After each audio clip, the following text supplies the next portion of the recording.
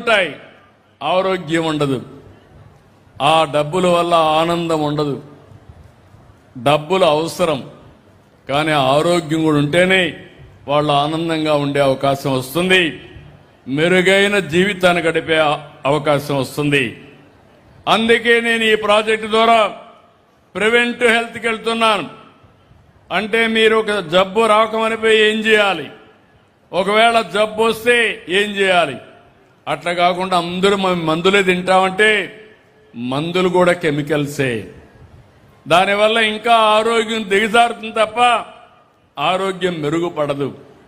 లేదు మేము ఆపరేషన్లు చేసుకుంటామంటే భగవంతుడు మంచి బాడీనిస్తే మీరు కట్ చేసుకుంటామంటే ఏ విధంగా సబబో మీరే ఆలోచించాల్సిన అవసరం ఉంది. అందుకే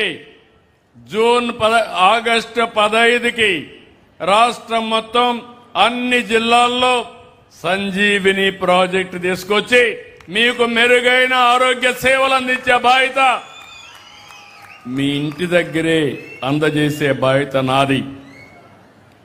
మీరు అవసరమైతే ఏ డాక్టర్ కావాలన్నా మీకు అపాయింట్మెంట్ ఫిక్స్ చేపిస్తాం. మీరు హాస్పిటల్కి రావాలంటే అక్కడ వెయిట్ చేసే పని కూడా లేదు. పలానా టైంకి మీరు వస్తే సరిపోతుందంటే అడిగి పోయి ట్రీట్మెంట్ చేసుకొని ఇంటికి వెళ్తారు. ఇంకో పక్క ఏ డాక్టర్ని కూడా ఇస్తాను.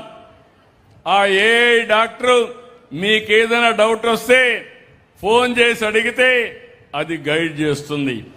మీకు ఇంకా ఏదైనా ప్రాబ్లం వస్తే ఒక ఫ్యామిలీకి కొన్ని కుటుంబాలకు ఒక డాక్టర్ని కూడా అపాయింట్ చేస్తాం.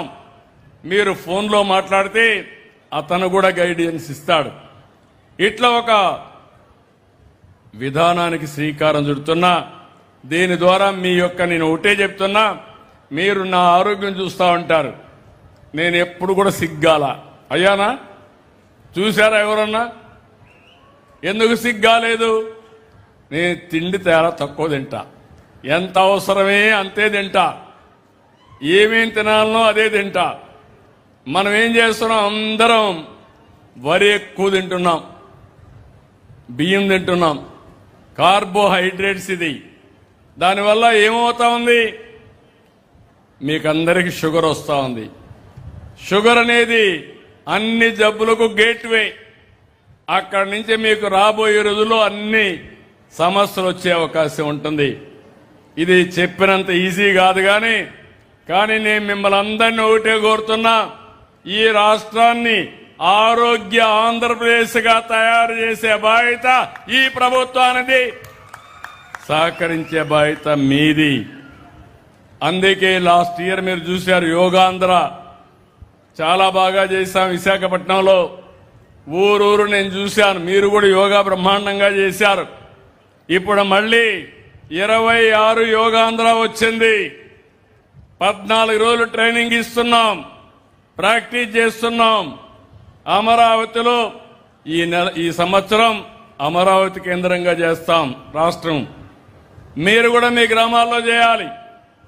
మీరు కూడా ఆలోచించుకోవాలి. ఎంత బిజీగా ఉన్న ఒకప్పుడు శారీరకంగా ఎక్సర్సైజ్ చేసేవాళ్ళం, ఈ మధ్య అన్ని పోయినాయి.